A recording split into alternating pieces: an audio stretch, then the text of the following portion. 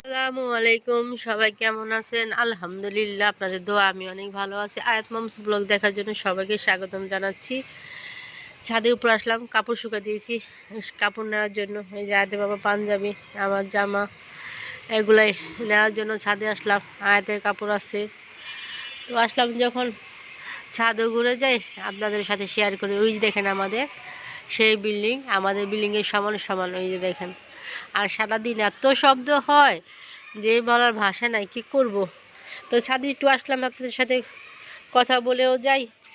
এই দেখেন একটা বেগুন গাছ, বেগুন গাছের পাতা নাই, সব কাইটা কুইটা শেষ করে ফেলছে, কিন্তু বেগুনটা ঠিকই ঝুলে আছে। আর এই যে টমেটো গাছ, টমেটো গাছে কিন্তু ফুল আসতেছে মাশাল্লাহ। এই যে দেখেন টমেটো গাছে কিন্তু ফুল চলে আসছে, তবে ফুল আসছে কিন্তু ফুল টিকে কি টিকে না এটাই তো দেখার বিষয় এখন। ওই যে ওইটাও চলে আসছে, মোটামুটি ভালোই হয়েছে। আমি চলে আসলাম আমার ছোটোখাটো বাগানে।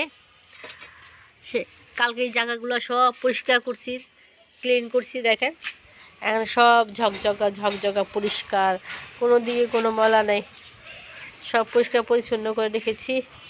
গাছ দেখার জন্য ছাদে আসছি।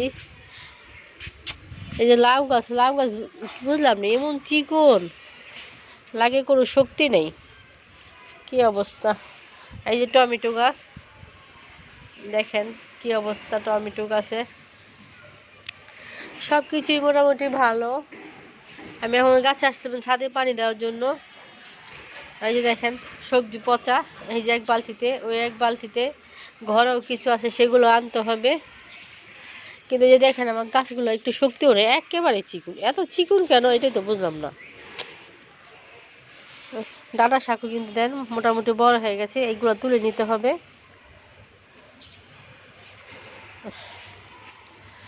আমি কালকে যে দেখেন এই টপটারে কি করছি, এই যে এটা কিন্তু অনেক খালি ছিল।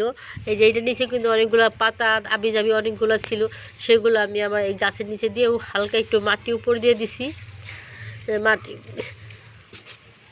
ফুলও সুন্দর সুন্দর শিম আসছে, ভালোই হয়েছে মোটামুটি।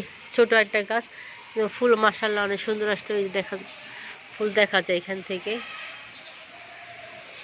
আল্লাহ, আমি কিন্তু বিকালবেলা ছাদে আসছি।